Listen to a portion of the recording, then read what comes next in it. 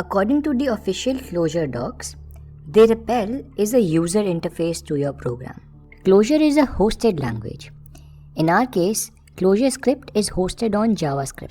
This means that at a given moment of time, there are two sets of code available. CLJS code that we wrote and JS code that the build tool produced. To test our code, we need the JS version to run, but modifications are made to the CLJS version. The REPL provides a bidirectional bridge between these two realms. It lets you control execution of code in JavaScript realm without leaving the Clojure script realm. Inline evaluation is a niche concept. Instead of building the concept bottoms up, let's see the final product and tear it top down. Notice how we evaluate the code inline. Inline evaluation leverages the NREPL to execute code inline. This lets us develop and debug functions without leaving the editor. Inline eval is not limited to core functions. In the demo, we also defined a new function using the define macro and called it inline. You can also evaluate third-party libraries, refer to inline docs, and a lot more. Something like React's hot reload compiles your code each time you save, so the newer version is available in your browser. Inline evaluation lets you completely bypass the browser or your runtime and lets you evaluate your code right in your editor. Our first project was configured to run as a Node script, so the inline execution of the code happens in Node environment. And the REPL serves as a bridge. In this chapter, we'll connect the REPL to your editor. We have introduced multiple tools in our process so far. Let's see how everything fits in the big picture. At step 0, you write Clojure script code in your text editor.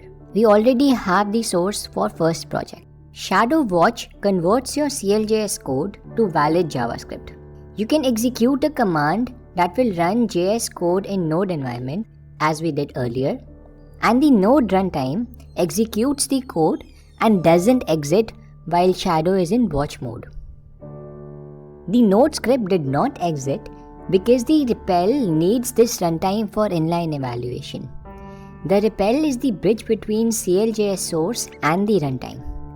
When Shadow converts your code to be ready for the runtime, the REPL can initiate the execution, update the functionality without full rebuilds, and get the output from the runtime back to the editor.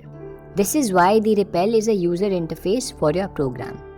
If you followed the steps in the last section, you would have your source open in your editor, Shadow Watch in a terminal, and Node script running in another terminal. We have configured NREPL to run on port 9000, so let's connect our editor to it. We will talk about multiple editors, but you only need to follow the selection that applies to you. In VS Code, we first need to open the project folder, and on the bottom left corner, you should see a button for NREPL with status disconnected. If you don't see this button, refer to the Getting Started section and ensure that your editor is set up correctly. Click on the NREPL button and click Connect to Running REPL Server in Project. You can also type Ctrl-Shift-P or Command-Shift-P and then search for Canva Connect to Running REPL Server in Project. In the choice of REPLs, choose Shadow CLJS REPL. You'll be asked for a host and a port. Most probably, Canva will read your config and autofill this information.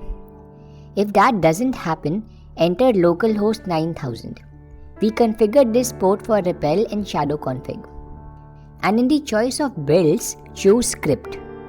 You should see a Canva window with the message REPL connected. The NREPL status on the bottom left of your editor will also turn golden yellow, indicating the connection was successful. To verify the connection, open firstproject.code namespace and type a simple expression, say product45. Now bring your cursor at the end of this expression and press Ctrl-Shift-P or Command-Shift-P. In the command menu, search for Canva Evaluate Current Form and hit enter. You should see the result flash at the end of your cursor.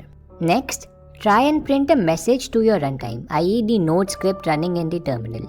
Evaluate print line high This should flash nil in your editor, but if you go and check your terminal, you would see the keyword hi printed. Calling inline eval with the command menu each time might be tedious. We recommend that you assign the shortcut Ctrl XE or Command XE to run this command. Emacs need an extra dependency in your project in order for the Cider integration to work. Add the Cider NREPL dependency to your Shadow config as follows. You will need to restart Shadow Watch after saving changes to the config. You will also need to restart the node process running in the other terminal. To connect to the NREPL, we can call metax cider connect and in the prompt enter localhost 9000. A Cider buffer should open up with some information about Cider and NREPL. In the prompt user, we can shift to the script REPL using Shadow's REPL function. After your REPL is connected, we can go back to firstproject.core and enable Cider mode using metax cider mode. And to verify the connection, we can execute an expression, say product54. To evaluate an expression inline, we can bring the cursor to the end of the form and use the shortcut CXE. Let's try executing another expression println hi. This should flash nil in your editor, but if you go back to the terminal running the node script, you would see the keyword hi printed on your console. When you evaluate a form, your editor passes it to the REPL. The REPL figures out the relevant JavaScript code that should be run and executes it in the connected runtime. In our case, that runtime is Node. The code is executed and any returned values are flashed inline in the editor. When we printed a message, our output went to stdout, that is our terminal. The inline eval flashed nil because println does not return anything. The REPL provides an excellent feedback loop but can also lead to some problems. It's a tool to aid your development process. It's not a substitute for your development process. One of the problems that the REPL leads to is hanging code. We entered some arbitrary code in firstproject.core namespace. It's fine right now, but imagine you ship this code to production. The program will evaluate the multiplication and the print function each time this namespace loads. To avoid this hanging code problem, it's always a good idea to use the comment macro for code that we intend to run only in the REPL. The comment function is an alternate to the literate form of comments, i.e. the ones that start with semicolon.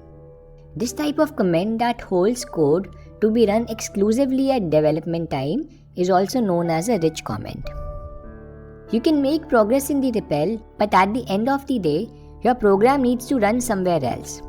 Getting something working in the REPL is not the same as being production ready. Think of the REPL as an inspection tool. It really shines when you're working with pure functions. As we progress in this course and start writing more code, we will understand how to best leverage the REPL. You should also make it a habit of saving your files. With the REPL, you can define functions in a namespace and run them without actually saving the file. This means when your REPL restarts, the function might not be available and your code might break.